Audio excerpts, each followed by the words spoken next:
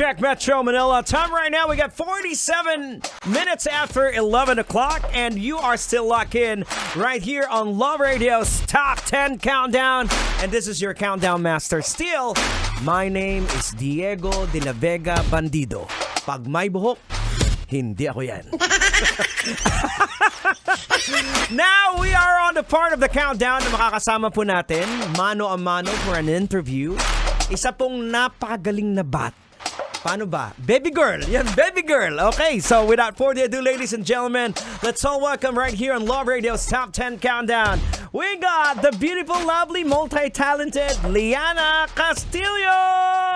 Hello po, good morning po sa lahat po ng nakikinig po ngayon sa Love Radio at nanonood po. Ayan, unang-una sa Hello lahat. po. First question. Kanina ako kanina tanungan, ilang taon ka na, baby girl?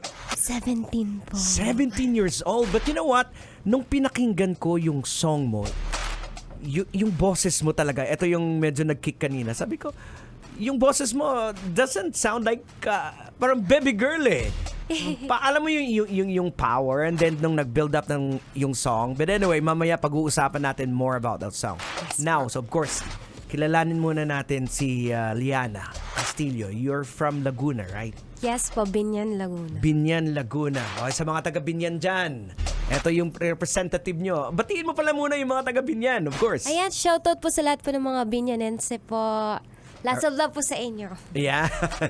Okay, now, kailan nag-start ang hilig mo pagdating sa music? Siguro mga 7 years old. Hindi po. I think 2 years old pa lang po ako. 2 years old. Every time na pinaparinig po ni Daddy yung mga songs niya po sa radio. Mga Okay. Whitney Houston, mga Carpenters. Now you just mentioned the magic word, daddy. So, si daddy ba talaga yung nagturo sa'yo, nag-influence sa'yo, or si mommy? Si Daddy po. Si daddy. Yes po. Oy, Father's Day bukas, saktong-sakto. Happy Father's Day! So si daddy talaga yung influence mo pagdating sa music. Si mommy, kumakanta di ba si mommy? Ganda lang! Yo! I think gusto ko din po marinig someday. Pero sabi na, ganda lang kasi talagang isang hulmahan lang sila ni Mami. Okay, now, etong journey mo to be a music artist, alam naman natin hindi madali eh. Especially for young people like you, di ba? Dahil maraming magagaling eh. Totoo po. So paano nag-start? Saan yung breakthrough na nakapasok ka dito? Nag-start po siya. Actually, nag-start po ako pagpipiano. Hindi po talaga ako kumakanta pa po talaga noon. Okay. Kaso lang po, since nung piano recital ko po, nagpresenta po akong kumanta. Dahil talagang adik na adik po ako sa kantang Let It Go po ng Frozen. Okay. So sabi ko, kantahin ko to live na may stand pa po. Nag-request ako. Doon na po nag-start. Nung nag-perform po ako doon, sabi ko, naramdaman ko po yung spark na, para dito po ako. Wow. So yun ba yung nakuha mo kay Mami? Na go! Yes, I think po, yung as in, energy na, kaya mo yan, let's go. You have to believe in yourself, di ba? Yes, Yun ang pinaka-importante kasi yun ang mahirap din hanapin eh. Na you got the skills, you got lahat-lahat, pero kung minsan yung lakas ng loob, yun ang mahirap hanapin eh. Yes po, yung confidence and po talaga. good for you, di ba? Sa murang edad na you made it. Now, of course, yung pinaka-breakthrough mo talaga sa music when you, nung sumali ka sa The Clash, Yes, Season 5. Sino yung sa'yo na, sali ka dito?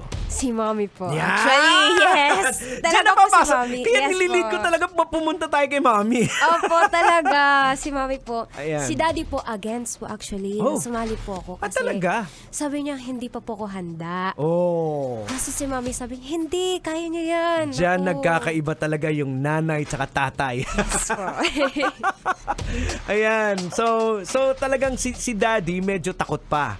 Definitely, as a father, perspective ng father, medyo takot ako dahil bata ka pa. Halimbawa, kung ikaw anak ko, baka ma-heartbroken ka.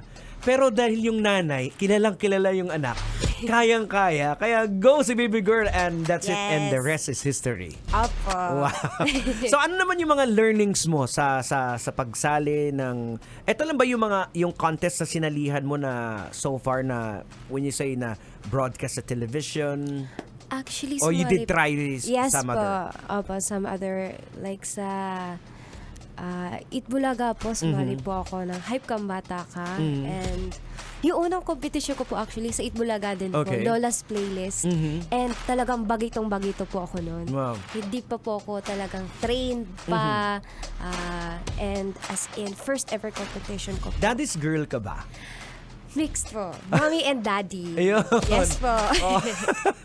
Kasi meron kasi talaga yung mga father talaga is very protective lalo na Yes pag po, babae, opo, 'di ba? Pag opo. baby girl.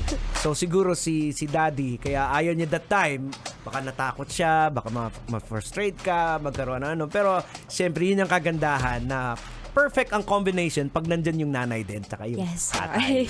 'Di ba? Aba. Pero syempre dahil Father's Day, Happy dito na Father's naman tayo kay tatay. Yes, let's go! So, sino yung mga artists ang naging influence mo? Growing up. From dad po, it's Whitney Houston po, The Letterman po, nako. Dahil may trio din po si dad, parang na-inspire po ako doon. And mga mamas and the papas, lagi pong pinapatugtog niya po. So, old soul yung ano mo. Yes. Wow. Naman, di ba?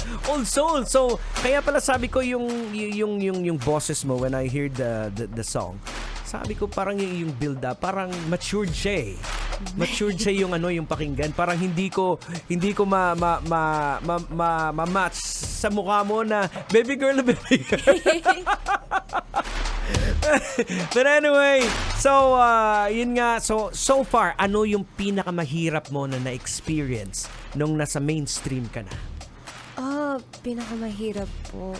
Siguro yung pagmamanage po ng time. Kasi nag-aaral pa rin po ako and ang dami pong asikasuhin din. Tapos nandyan po din yung showbiz. Opo, pagkanta, medyo nahirapan po ako. Pero dahil sa tulong po, syempre ni na mami at daddy and mga kaibigan ko po, lalo na po sa school, parang na-push through ko naman po. Alam mo, nakikinita na kita kung ikaw yung anak ko, wala mo nang manliligaw. Tama, mami? Tama? Naku po! Naramdaman ko na. Tama yan. Studies and career muna. Di ba? Yun ang Yes, pinaka-importante po. sa lahat. Okay, now, next question is, ikaw ba ang nagsusulat ng mga songs mo? Do you write your songs or... I haven't tried pa po. So, hindi mo pa na-try? Hindi pa po. Why not try it? Di ba? Medyo may takot din po ako and syempre, yun po, iniisip ko din po baka hindi pa ako ready or something. Well, nandyan naman si mami at si daddy. Pag-practicean mo. Opo. Si daddy po, sinasabihan niya po ako, no, why don't you try na ikaw naman mag-compose someday? Yeah. Sabi ko, mag-aaral muna ako siguro para pagka-compose ko as in bongga. Wow. Yes po.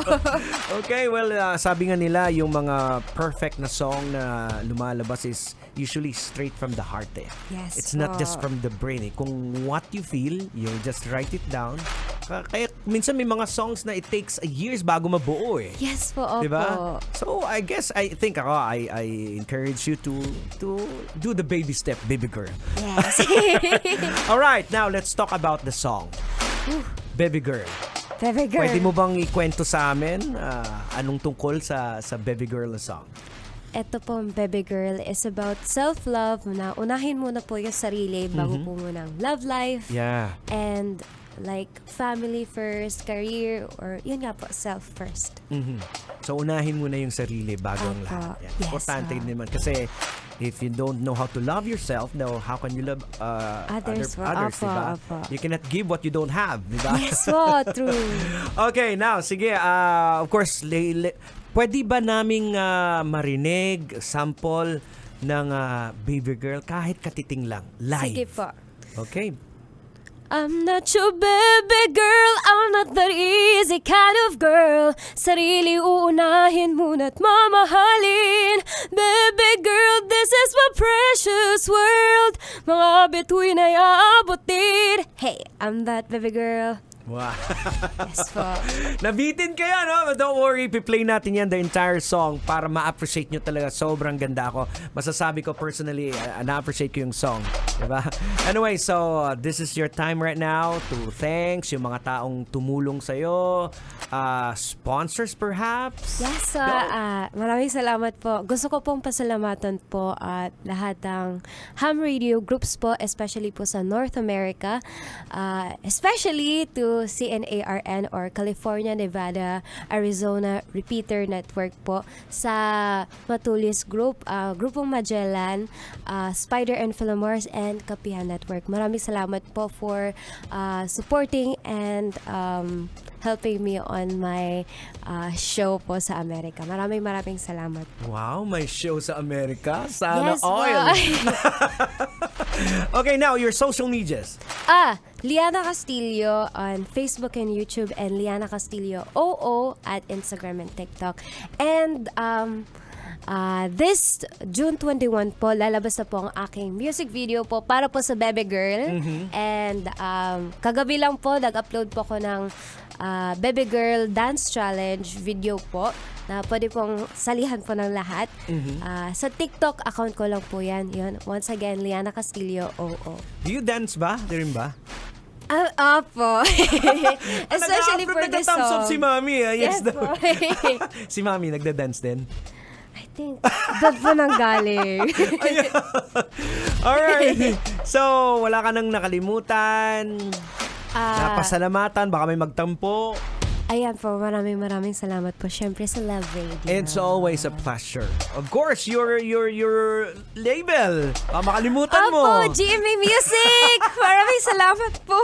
Ayan. Yes. Okay, so any last words sa lahat na to invite them to support, of course, your single Baby Girl. Ayan po, iniimbitahan ko po kayong lahat na makinig po ng aking very first single under GMA Music na Baby Girl. Mapapakinggan niyo po siya sa Spotify, iTunes, Apple Music, YouTube Music, and kung saan pa pong streaming platforms. Alright. Baby Girl po. Yes. Baby Girl! Here we go, ladies and gentlemen. Without further ado, eto na. Para ma-enjoy nating lahat. Here's a song from, of course, the one and only Liana Castillo with Baby Girl.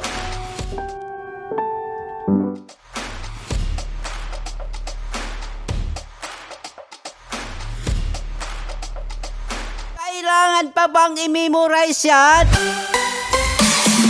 Love Radio. Basic!